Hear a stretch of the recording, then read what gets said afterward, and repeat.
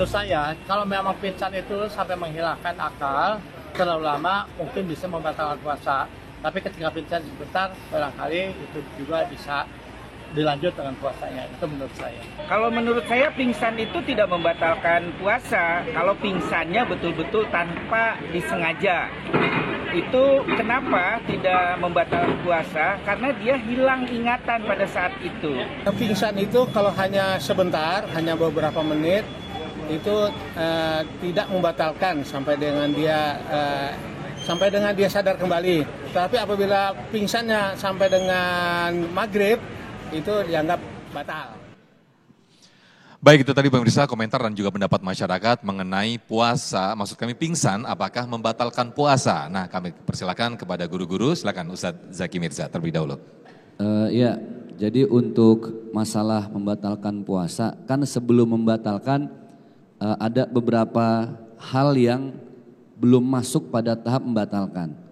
Yang paling bawah itu ada mengurangi pahala puasa. Di atasnya ada merusak pahala puasa. Yang paling tinggi itu adalah membatalkan puasa.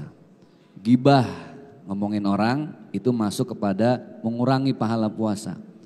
Kemudian Bapak melihat yang sur-sur itulah, ya, yang puasa tapi matanya alhamdulillah gitu misalnya.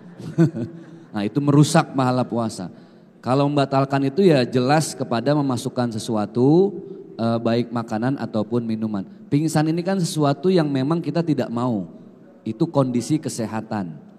Jadi harus dilihat dulu, kalau memang dia diharuskan minum, ada obat yang memang harus dikonsumsi, lebih baik untuk kemaslahatan kesehatannya dibatalkan. Supaya dia tetap sehat. Nah, yang repot kalau misalnya pingsan, tiba-tiba dia bangun, bisa lanjut puasa, ya silahkan aja. Jadi pingsan yang memang tidak sengaja, bukan dipingsan-pingsanin ya Bu ya. Sengaja pingsan, kenapa? Tolong dong risol 2, pastel atu, nah itu beda. Lapar itu. Itu lapar. Nah, ini betul-betul pingsan tidak membatalkan puasa. Baik, kalau Ustadz Hasan Faisal silakan Ustadz. Untuk pertanyaan ini sepertinya saya idem dengan Ustadz Zaki. Kalau pingsan ini bukanlah keadaan yang dibuat-buat. Pingsan ini lebih identik kepada keadaan kesehatan seseorang. Ya, kesehatan seorang. Tapi kata Imam Nawawi, kalau pingsannya dari pagi sampai maghrib, bangun-bangun maghrib gitu ya. Itu harus dikodok puasanya Pak. Takutnya kalau dibilang tetap boleh pada pingsan lagi nanti. Kan tidur bagian daripada pingsan.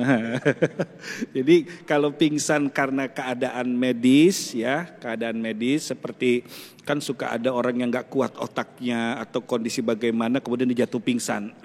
Nah saat itu dia dalam keadaan penyakit. Kan dalam Al-Quran sudah diterangkan, barang siapa yang dalam perjalanan, barang siapa yang sedang menderita sakit, ya. Nah itu ada yang pakai fidyah, ada juga yang dikodok dengan fidyah. Jadi macam-macam. Kalau fidyah saja buat mereka yang sudah sedemikian lemah. Udah gak bisa benar-benar puasa ya Ustaz ya. Ada usia 100 sekian tahun, kemudian pikun, kemudian sakit yang tidak bisa diharapkan sembuhnya. Nah itu fidyah. Tapi kalau ada orang-orang yang seperti menyusui seorang anak, menyusui anak. Nah kalau dia khawatir, dia tidak puasa karena khawatir anaknya. Ada dua kemungkinan, ada dua hal Ibu yang menentukan hukum. Kalau engkau menyusui anak kemudian engkau tidak berpuasa.